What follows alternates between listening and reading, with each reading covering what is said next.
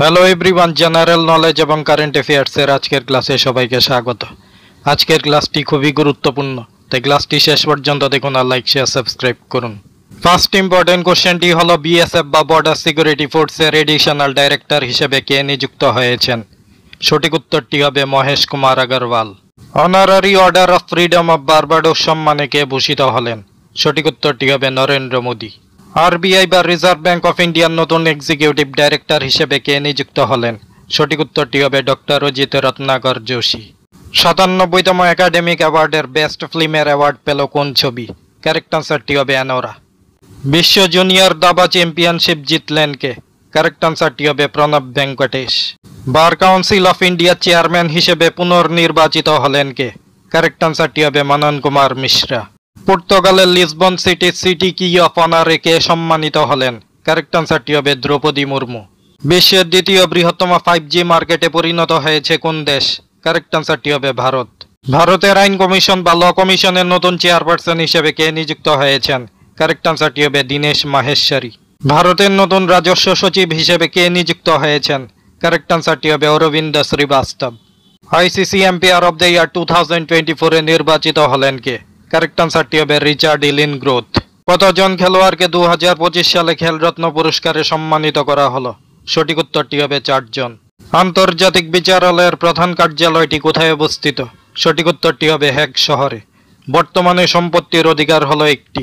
সঠিক উত্তরটি হবে আইনগত অধিকার। কোর্টস অ্যান্ড দেয়ার জাজমেন্টস বইটির লেখক হলেন? সঠিক উত্তরটি হবে অরুণ শরী। দ্য ইন্ডিয়ান স্ট্রাগল বইটির লেখক হলেন? সঠিক উত্তরটি হবে সুভাষচন্দ্র বসু। স্বাধীন ভারতে সুপ্রিম কোর্টের প্রথম প্রধান বিচারপতি কে ছিলেন? সঠিক উত্তরটি হবে হীরালাল জে কানিয়া। ব্রিটিশ শাসনকালে ভারতের শেষ ভাইসরয় কে ছিলেন? সঠিক উত্তরটি হবে লর্ড মাউন্টব্যাটেন। আরবিআই বা রিজার্ভ ব্যাংক অফ ইন্ডিয়া কোন সালে প্রতিষ্ঠিত হয়েছিল? সঠিক উত্তরটি হবে 1935 সালে। রাজ্য বিধানসভার অধিবেশনকে আহ্বান করেন? সঠিক উত্তরটি হবে রাজ্যপাল। সুপ্রিম কোর্টের বিচারপতিরা কত বছর বয়সে অবসর নেন? সঠিক উত্তরটি হবে 65 বছর। ভারতে সিভিল সার্ভিসের জনক কাকে বলা হয়? সঠিক উত্তরটি হবে লর্ড কর্নওয়ালিস। কত সালে প্রথম আন্তর্জাতিক যোগা দিবস পালিত হয়েছিল? সঠিক উত্তরটি হবে 2015 সালে। কোন গ্রহটি সকাল ও সন্ধ্যার তারা নামে পরিচিত? সঠিক উত্তরটি হবে শুক্র গ্রহ। সৌরজগতের কোন গ্রহটি সবুজ গ্রহ নামে পরিচিত? সঠিক উত্তরটি হবে ইউরেনাস। মানব শরীরে সবচেয়ে মজবুত হাড় কোনটি? সঠিক উত্তরটি হবে ফিমার। ওয়ার্ল্ড ওয়াইড ওয়েব বা WWW আবিষ্কার কে করেছিলেন? সঠিক উত্তরটি হবে টিম বার্নার্স-লি। স্বর্ণের রাসায়নিক সংকেত কি? সঠিক উত্তরটি হবে AU। কম্পিউটারের জনক কাকে বলা হয়? সঠিক উত্তরটি হবে চার্লস বেবেজকে বলা হয়।